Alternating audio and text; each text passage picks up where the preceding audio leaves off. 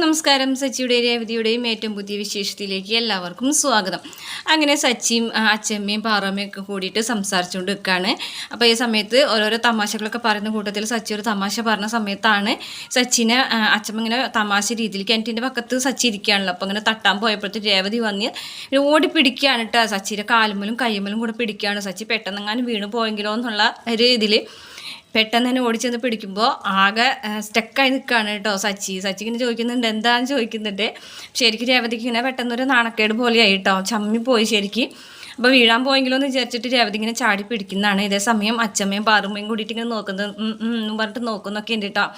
എന്തായാലും അവർ തമ്മിലുള്ള ഒരു ഇഷ്ടം കൂടി വരികയാണ് കേട്ടോ. ഒരു സംഭവത്തോട് കൂടിയിട്ട് രേവതിക്ക് സച്ചിനോടും ഇഷ്ടമുണ്ടെന്നുള്ള കാര്യം മനസ്സിലാവാണ്.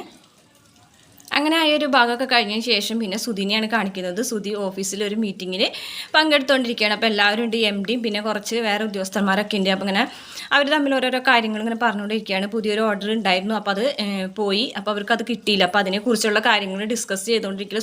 സുധിയുടെ അഭിപ്രായങ്ങളൊക്കെ പറയുന്നുണ്ട്. അങ്ങനെ തൊട്ടടുത്തിരിക്കുന്ന ഒരാളുമായിട്ട് സുധി വാക്തർക്കത്തിലാവുകയാണ് കേട്ടോ.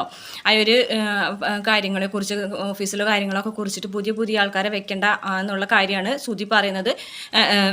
അങ്ങനെ രണ്ടുപേരും തമ്മിൽ ഓരോരോ കാര്യങ്ങൾ പറഞ്ഞ് വാക്ക് തർക്കമാവാണ് കേട്ടോ. അങ്ങനെ വാക്ക് തർക്കമാവുമ്പോൾ സുധി കൂടുതൽ അയാളോട് ദേഷ്യത്തോടു കൂടിയിട്ട് സംസാരിക്കുകയാണ് കേട്ടോ.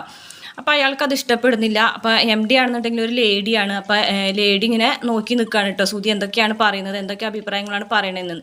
എന്തായാലും സുധിയും അയാളും തമ്മിൽ ഭയങ്കര വഴക്കാവാണ്. അതോടുകൂടിയിട്ട് ഒരു പ്യൂൺ വന്നിങ്ങായിട്ട് ഒരു ലെറ്റർ സുധിക്ക് കൊടുക്കുകയാണ് കേട്ടോ.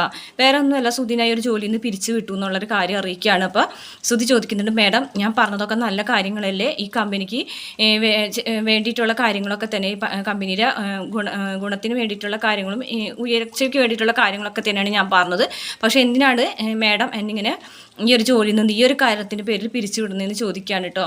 അപ്പോൾ ആ MD ഒന്നും പറഞ്ഞില്ല കേട്ടോ, ഗെറ്റ് ഔട്ട് പറയുകയാണ് കേട്ടോ സുധിനോട്. അങ്ങനെ അയാൾ വഴക്കടിച്ച ആൾ ഇറങ്ങിപ്പോടാ എന്നുള്ള രീതിയിൽ പറയുകയാണ്. അപ്പോൾ സുധി ഒന്നും മിണ്ടാതെ അവിടെ നിന്ന് ഇറങ്ങിപ്പോവുകയാണ്. അങ്ങനെ ആ മീറ്റിംഗ് കഴിഞ്ഞ് എല്ലാവരും കൂടെ സുധിയുടെ പുറകെ തന്നെ പോരുന്നുണ്ട്. ഈ സമയത്ത് സുധി ഒരാളോട് ചോദിക്കുകയാണ്, ഞാൻ അങ്ങനെ പ്രത്യേകിച്ചൊന്നും പറഞ്ഞിട്ടില്ലല്ലോ, തെറ്റായിട്ട് ഞാനൊന്നും ചെയ്തിട്ടില്ല, ഞാൻ നല്ല കാര്യങ്ങൾ മാത്രമല്ലേ പറഞ്ഞെന്നൊക്കെ പറയാനിട്ട് ഒരാളോട്. അപ്പോൾ അയാൾ പറയുന്നുണ്ട്, പറഞ്ഞതൊക്കെ നല്ലതാണോ പൊട്ടയാണോ എന്നുള്ള നമ്മൾക്ക് മുന്നിലിരിക്കുന്ന ആൾക്കാർ ആരാണ് എന്താണെന്നൊക്കെ അറിഞ്ഞിട്ട് വേണം സംസാരിക്കാൻ എന്ന് പറയാൻ കേട്ടോ.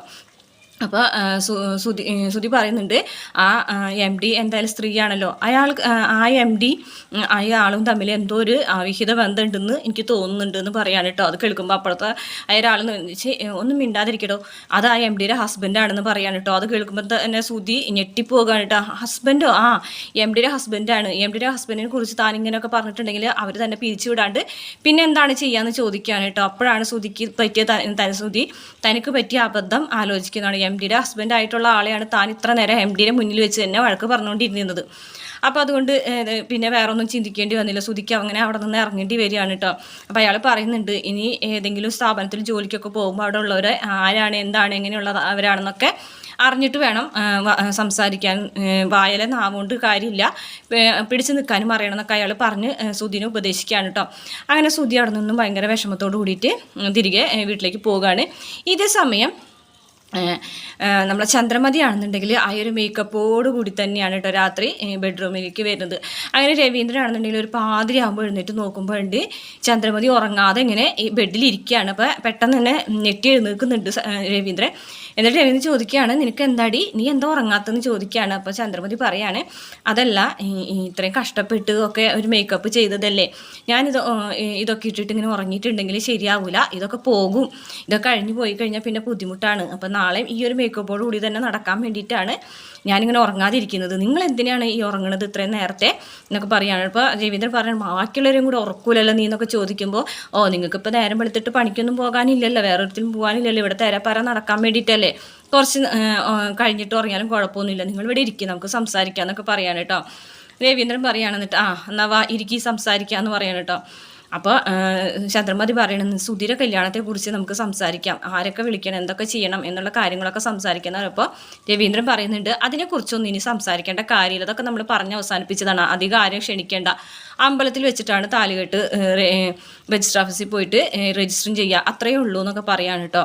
അപ്പോൾ ചന്ദ്രമതി പറയാണ് എൻ്റെ മോൻ്റെ കല്യാണം നാട് ആകെ അറിഞ്ഞുകൊണ്ട് നടത്തണം എന്നൊക്കെ ഞാൻ വിചാരിച്ചതാണ്, ഇതിപ്പോൾ ആകെ ഒതുങ്ങിപ്പോയി എന്ന് പറയുമ്പോൾ രവീന്ദ്രൻ പറയുന്നുണ്ട്, ഇതിൻ്റെ മോൻ നാടാകെ അറിയിച്ചും കൊണ്ടല്ലേ കല്യാണത്തിൻ്റെ അന്ന് ഒളിച്ചോടി പോയത്, അതെല്ലാവരും നാട്ടുകാർ മുഴുവൻ അറിഞ്ഞിട്ടുണ്ട്, അതുപോലെ ഇനി അറിയിക്കണം എന്നൊക്കെ ചോദിച്ചിട്ട് ചന്ദ്രമതിനെ കളിയാക്കാൻ ഇട്ടു. അപ്പോൾ ചന്ദ്രമതി പറയുന്നത്, നിങ്ങൾ ഇത് ഏത് നേരവും ഇത് തന്നെ പറഞ്ഞുകൊണ്ടിരിക്കേണ്ട, അതേ ആ ശ്രുതിനോട് ഈ കാര്യങ്ങളൊന്നും പറഞ്ഞിട്ടില്ല കേട്ടോ. ശ്രുതി കല്യാണത്തിൻ്റെ അന്ന് ഒളിച്ചോടി പോയെന്നോ അല്ലെങ്കിൽ രേവതിയാണ് ശ്രുതിനെ കല്യാണം കഴിക്കാൻ ഇരുന്നെന്നുള്ള കാര്യമൊന്നും അവൾ അറിഞ്ഞിട്ടില്ല എന്ന് പറയുമ്പോൾ രവീന്ദ്രൻ പറയാം, അതൊക്കെ ഇനി എപ്പോഴാണ് പറയാമെന്ന് ചോദിക്കുകയാണ് കേട്ടോ. അപ്പോൾ പറയുന്നുണ്ട്, വരട്ടെ കല്യാണം കഴിയട്ടെ അതിനുശേഷം പറഞ്ഞാൽ മതി എന്ന് പറയാണ്, നിങ്ങളായിട്ട് ഇനി അതൊന്നും പറയാൻ നിൽക്കണ്ടെന്ന് പറയാണ് കേട്ടോ. അപ്പോൾ രവീന്ദ്രൻ പറയുന്നുണ്ട്, എന്നാൽ ഞാനൊരു കാര്യം പറയാം, നമുക്ക് എന്തായാലും നാട്ടിലേക്ക് പോകാം, അമ്മയുടെ നാട്ടിലേക്ക് പോകാം, അമ്മയുടെ കല്യാണം ക്ഷണിക്കേണ്ടതെന്ന് ചോദിക്കുകയാണ് കേട്ടോ. അപ്പോൾ ചന്ദ്രമതിക്ക് ദേഷ്യം വരികയാണ്, ഞാൻ നിങ്ങളുടെ അമ്മയുടെ നാട്ടിലേക്കോ ആ നാട്ടിലേക്ക് ഞാൻ കാലെടുത്ത് കുത്തൂല, ആ കാര്യം നിങ്ങൾ സ്വപ്നത്തിൽ പോലും വിചാരിക്കേണ്ട, ഞാൻ നിങ്ങളുടെ അമ്മനായിട്ട് അവിടെ ഞാൻ നിങ്ങളുടെ അമ്മയുടെ അടുത്തേക്ക് ഒരു കാലത്തും വരില്ല എന്നൊക്കെ പറഞ്ഞിട്ട് ചന്ദ്രമതി ദേഷ്യപ്പെടുകയാണ് കേട്ടോ. അപ്പോൾ ചന്ദ്രമതിനോട് രവീന്ദ്രൻ പറയുന്നുണ്ട്, എന്തായാലും നമുക്ക് കല്യാണം ക്ഷണിക്കാൻ പോകണ്ടേ, അപ്പോൾ പിന്നെ ആ ഒരു കൂട്ടത്തിൽ നീയും കൂടെ എൻ്റെ കൂടെ പോരെന്ന് പറയുമ്പോൾ, ഇല്ല ഞാൻ പോരില്ല എന്ന് തന്നെ പറയാണ് കേട്ടോ. എന്നിട്ട് നിങ്ങളിവിടെ ഇരിക്കും, ഞാൻ ചായക്ക് എടുത്തുകൊണ്ട് വരാമെന്ന് പറഞ്ഞിട്ട് ദേഷ്യത്തോടു കൂടി ചന്ദ്രമതി പോകാൻ ഇട്ടിട്ട് പറയുന്നുണ്ട്, പിന്നെ അവരമ്മ നാട്ടിലേക്ക് ഞാൻ കൂടെ ചെല്ലാൻ പോകല്ലേ എന്നൊക്കെ പറഞ്ഞിട്ട് ദേഷ്യത്തോടു കൂടിയിട്ട് പോകാണ്. അങ്ങനെ അതൊക്കെ കഴിഞ്ഞതിന് ശേഷം പിന്നീട് കാണിക്കുന്നത് രേവതി രാവിലെ തന്നെ എഴുന്നേറ്റ് വന്നിട്ട് വിളക്കൊക്കെ തെളിക്കുകയാണ് കേട്ടോ. അപ്പോൾ രാവിലെ തന്നെ എഴുന്നേറ്റ് വന്നിട്ട് ദൈവത്തിൻ്റെ മുന്നിലുള്ള വിളക്കൊക്കെ തെളിക്കണം കാണുമ്പോൾ പാറും ഇങ്ങനെ കുളിക്കാതെ നനയ്ക്കാതൊക്കെ ആണല്ലോ വിളക്ക് തെളിക്കുന്നത്. അപ്പോൾ വേഗം തന്നെ അച്ഛനോട് പറയണം, ഈ കുട്ടി എന്തേ കാണിക്കുന്നത്, കുളിക്കുകയും നനയ്ക്കൊന്നും ചെയ്യാതെയാണോ വിളക്ക് കത്തിക്കുന്നത്, അവർ ഭാര്യയും ഭർത്താവും കൂടെ കിടുന്നതൊക്കെ അല്ലേ, അപ്പോൾ അതുകൊണ്ട് തന്നെ ഇങ്ങനെ കുളിക്കാതെ വിളക്ക് വയ്ക്കാൻ പാടില്ല എന്നൊക്കെ പറയാണ് കേട്ടോ. അപ്പോൾ അച്ഛമ്മ പറയാം, അത് ശരിയാണല്ലോ എന്നിങ്ങനെ പറയാൻ കേട്ടോ. എന്നിട്ട് നീ ഒന്ന് ചെന്നിട്ട് മോളോട് പറയുമെന്ന് പറയാൻ കേട്ടോ. അങ്ങനെ വിളക്ക് വയ്ക്കുന്ന അവിടത്തേക്ക് ചെല്ലുകയാണ് കേട്ടോ. എന്നിട്ട് പാറമ്മ ഇങ്ങനെ പറയുന്നുണ്ട്, മോളെന്താ ചെയ്യണേന്ന് ചോദിക്കുമ്പോൾ, ഞാൻ വിളക്ക് വെക്കണം പാറമ്മേ, ഇവിടെ രാവിലെ തന്നെ വിളക്കൊക്കെ വെക്കാറില്ലെന്ന് ചോദിക്കുകയാണ്. വിളക്കൊക്കെ വെക്കുന്നതുകൊണ്ട് കുഴപ്പമില്ല, പക്ഷെ നിങ്ങൾ രണ്ടുപേരും ഒരുമിച്ച് ഒരു റൂമിൽ കിടന്നതല്ല, അപ്പോൾ കുളിക്കാതെ ഒന്നും വെക്കാൻ പാടില്ല എന്നുള്ള കാര്യങ്ങളൊക്കെ പറഞ്ഞ് മനസ്സിലാക്കാണ് കേട്ടോ. അങ്ങനെയാണെങ്കിൽ രേവതിയാണെങ്കിൽ അതിനൊന്നും മിണ്ടുന്നൊന്നുമില്ല കേട്ടോ. അപ്പോൾ ഒന്നും മിണ്ടാതെ നിൽക്കണ കാണുമ്പോൾ അതിന് കുഴപ്പമൊന്നുമില്ല എന്ന് പറഞ്ഞിട്ട് ഇങ്ങനെ വിളക്ക് തുടർന്ന് വെക്കുകയാണ് കേട്ടോ അവിടുത്തെ കാര്യങ്ങളൊക്കെ ചെയ്യുമ്പോൾ. അപ്പോൾ തന്നെ പാറമ്മയ്ക്ക് എന്തൊരു സംശയം പോലെ തോന്നും. പാറമ്മ നേരെ ചെന്നിട്ട് അച്ഛമ്മയുടെ അടുത്ത് പറയാണ് കേട്ടോ, അതേ നമ്മൾ വിചാരിക്കുന്നത് പോലെ ഒന്നല്ല എന്ന് തോന്നുന്നു, സച്ചിയും രേവതി മോളും ഭാര്യ ഭർത്താക്കന്മാരായിട്ടൊന്നും ജീവിക്കണില്ല, അതുകൊണ്ട് തന്നെയാണ് കുട്ടി വന്നിട്ട് വിളക്കൊക്കെ തെളിയിക്കുന്നത് എന്ന് പറയാൻ കേട്ടോ. ഇത് കേൾക്കുമ്പോൾ അച്ഛമ്മയ്ക്ക് ആകെ വിഷമാവും കേട്ടോ. അങ്ങനെ വേഗം തന്നെ അച്ഛമ്മ രേവതി സച്ചിൻ കിടന്ന റൂമിലേക്ക് പോകുമ്പോൾ സച്ചി അവിടെ താഴത്ത് പായ വിരിച്ച് കിടക്കണ കാണാണ് കേട്ടോ. അപ്പോഴാണ് അച്ചമ്മയ്ക്ക് കാര്യങ്ങളൊക്കെ മനസ്സിലാവണം. അങ്ങനെ പാറമ്മനോട് വന്ന് പറയുന്നുണ്ട്, നീ പറഞ്ഞതൊക്കെ ശരിയാണെന്നുള്ള കാര്യമൊക്കെ പറയുന്നുണ്ട് കേട്ടോ. അങ്ങനെ അച്ചമ്മയ്ക്ക് മനസ്സിലാവാണ് രേവതി സച്ചിയും ഒരുമിച്ച് ജീവിതം തുടങ്ങിയിട്ടില്ല എന്നുള്ള കാര്യമൊക്കെ. ഇതേ സമയം ശ്രുതിയാണെന്നുണ്ടെങ്കിൽ ശ്രുതിനെ കാണാൻ വരികയാണ്. ശ്രുതിനെ കാണാൻ വരുന്ന സമയത്ത് ശ്രുതിക്ക് ഭയങ്കര വിഷമമുണ്ട്. എന്തായാലും ജോലി പോയില്ലേ, ശ്രുതി വാങ്ങിച്ചു കൊടുത്ത ജോലിയാണ്. അപ്പോൾ ഇത്രയും പെട്ടെന്ന് തന്നെ 2 ദിവസം ജോലിക്ക് പോയപ്പോഴേക്കും ജോലി കളഞ്ഞു വന്നു എന്നൊക്കെ പറയുമ്പോൾ ഇനിയിപ്പോൾ കല്യാണത്തിൽ നിന്ന് പിന്മാറുമോ അല്ലെങ്കിൽ ദേഷ്യപ്പെടുമോ എന്നൊക്കെയുള്ള ടെൻഷനിലാണ് ശ്രുതി വന്നിരിക്കുന്നത്. ശ്രുതിയുടെ മുഖവും വിഷമൊക്കെ കാണുമ്പോൾ ശ്രുതി ചോദിക്കുന്നുണ്ട്, എന്താ കാര്യം, എന്തോ ഒരു വിഷമമുണ്ടല്ലോ എന്നൊക്കെ ചോദിക്കുകയാണ്. അപ്പോൾ എനിക്ക് ചെറുതായിട്ട് തലവേദന എടുക്കുന്നുണ്ടെന്നൊക്കെ പറയട്ടോ. അപ്പോൾ ഇവിടെ ഇരിക്കും, ഞാൻ മസാജ് ചെയ്ത് തരാമെന്നൊക്കെ പറയുമ്പോൾ ശ്രുതി പറയും, വേണ്ട അത് സാരമില്ല, ഞാൻ മസാജ് ചെയ്ത് തരാം എന്ന് പറയും. മീരനോട് ഒരു കാപ്പി എടുക്കാൻ പറയാം കേട്ടോ. മീര ഒരു കാപ്പി എടുത്തിട്ട് വായു എന്ന് പറയുന്നുണ്ട്. അങ്ങനെ തലക്കം മസാജ് ചെയ്ത് കൊടുക്കാണ് കേട്ടോ. അപ്പോൾ മീര വന്നു കണ്ട് ഇങ്ങനെ കാപ്പിയും കൊണ്ടു കൊടുക്കുന്നുണ്ട്. എന്നിട്ട് ജോലിയെ കുറിച്ചൊക്കെ ചോദിക്കുന്നുണ്ട്. അതെ, ഇങ്ങനെ എപ്പോഴെപ്പോഴും ലീവ് എടുക്കുകയും അതുപോലെ നേരത്തെ ഇറങ്ങിയുള്ള കാര്യങ്ങളൊന്നും ചെയ്യേണ്ട, ജോലിയിൽ കയറിയിട്ടല്ലേ ഉള്ളൂ എന്നൊക്കെ അങ്ങനെ പറയാനുണ്ട്. അപ്പം മീരനോട് ശ്രുതി പറയുന്നുണ്ട്, എന്തായാലും ശ്രുതി അവിടെ പിടിച്ച് കിട്ടിയിട്ടുണ്ടെങ്കിൽ സ്വന്തമായിട്ട് ബിസിനസ്സൊക്കെ തുടങ്ങണം എന്നുള്ള കാര്യമൊക്കെ പറയാൻ കേട്ടോ. അപ്പോൾ ശ്രുതിക്കാണെന്നുണ്ടെങ്കിൽ ജോലി പോയി എന്നുള്ള കാര്യം എങ്ങനെ അവതരിപ്പിക്കും എന്നുള്ള ടെൻഷനിൽ നിൽക്കണം കേട്ടോ. അപ്പം ശ്രുതിയുടെ കൈ പിടിച്ചിട്ട് മാറ്റിയാണ് കേട്ടോ, തലൊന്നും മസാജ് ചെയ്യേണ്ട എന്നുള്ള രീതിയിൽ.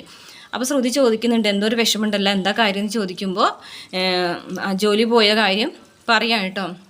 അപ്പോൾ ശ്രുതി പെട്ടെന്ന് ആകെ ഞെട്ടാണ് കേട്ടോ. 2 ദിവസം 3 ദിവസമൊക്കെ അല്ലേ ആയിട്ടുള്ളൂ ജോലിക്ക് പോയി തുടങ്ങിയിട്ട്.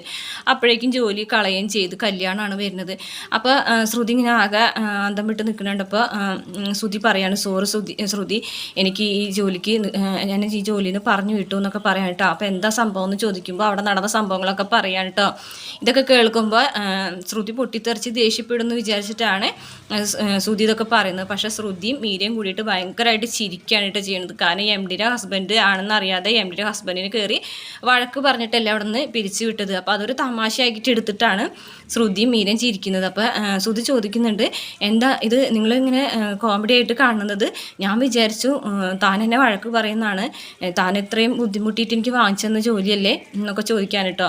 അപ്പോൾ ശ്രുതി പറയുന്നത്, അത് പോട്ടെ, അത് കഴിഞ്ഞു പോയില്ലേ, എനിക്ക് അതിനെക്കുറിച്ച് പറഞ്ഞിട്ട് എന്താ കാര്യം, എന്നാലും കുറച്ചൊക്കെ ശ്രദ്ധിക്കണ്ടേ എന്നൊക്കെ പറഞ്ഞിട്ട് ശ്രുതി ചിരിച്ചുകൊണ്ട് തന്നെയാണ് കേട്ടോ പറയുന്നത്.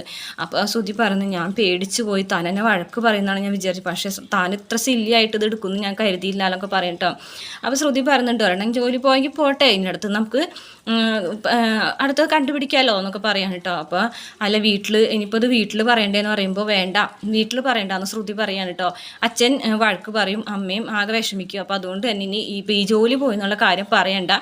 അപ്പോൾ ജോലി പോയി എന്ന് പറഞ്ഞിട്ട് ഞാൻ പുറത്തേക്ക് പോകൂലേ, അപ്പോൾ അവരെന്ത് വിചാരിക്കും, ഞാൻ ജോലിക്ക് പോകാതെ വീട്ടിൽ തന്നെ ഇരിക്കുമ്പോൾ അവരെന്ത് വിചാരിക്കും എന്ന് പറയുമ്പോൾ ശ്രുതി പറയുകയാണ്, ഒരു കാര്യം ചെയ്യും ശ്രുതി, എല്ലാ ദിവസവും ബ്യൂട്ടി പാർലറിലേക്ക് പോരും, നമുക്ക് ജോലിക്കൊക്കെ അപ്ലൈ ചെയ്ത് നോക്കാം എന്നൊക്കെ പറയാൻ കേട്ടോ. അങ്ങനെ ശ്രുതിനെ ആശ്വസിപ്പിച്ച് വിടുകയാണ്.